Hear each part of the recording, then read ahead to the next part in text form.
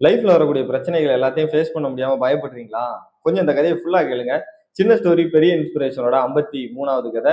இதே மாரி நெறைய இன்ஸ்பிரேஷனல் ஸ்டோரிக்கு நம்ம பேஜ் கூட இணைந்திருங்க. ஒரு அரண்மனையில வேலை செஞ்சுக்கிட்டு இருக்கக்கூடிய ஒரு தொழிலாளி வேலையை முடிச்சு போகும்போது, அந்த அரண்மனையில சில பொற்காசுகள திருடியிருக்கான். யாருமே பார்க்கல அப்படின்னு சொல்லி அவன் நினைக்கிறான். ஆனா அந்த அரண்மனையோட அரசர் பார்த்திருந்தாரு. அரசர் உட்கார்ந்து யோசிக்கிறாரு, நான் இவனுக்கு சம்பளம்லாம் குடுக்குறேன். அவனுக்கு வேண்டிய போனஸ் எல்லாமே குடுக்குறேன். அப்புறம் எதுக்கு இவன் திருடுறான்னு சொல்லி யோசிச்சுக்கிட்டு இருக்கிறாரு. மறுநாள் அந்த தொழிலாளி வேலைக்கு வரும்போது, அரசர் அவன சிறைபிடிச்சு, "உனக்கு மரண தண்டனை குடுக்குறேன்" அப்படின்னு சொல்றாரு. ஆனா, "நீ ரொம்ப நாளா வேலை செஞ்ச தொழிலாளி.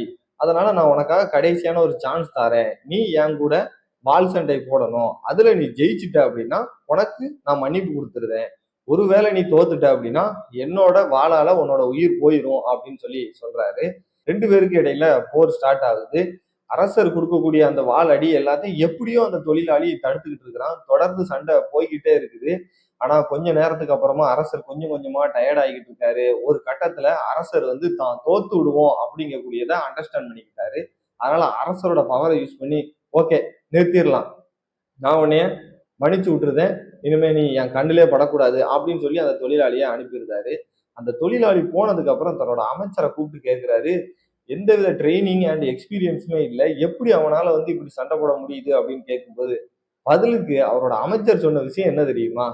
அரசரே, நீங்க வந்து சும்மா நார்மலா சண்டை போடுறீங்க. ஆனா அவன் தன்னோட உயிர காப்பாத்திக் கொள்வதற்காக சண்டை போடுறான்.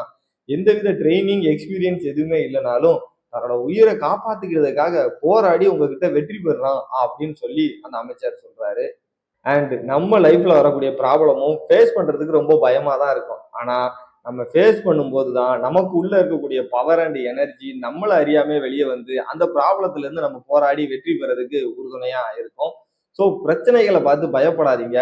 ஒரு தரம் ஃபேஸ் பண்ணீங்க அப்படின்னு வைங்களேன், உங்களுக்கு உள்ள இருக்கக்கூடிய பவர் அண்ட் எனர்ஜி உங்களை அறியாமையே வெளிப்படும்.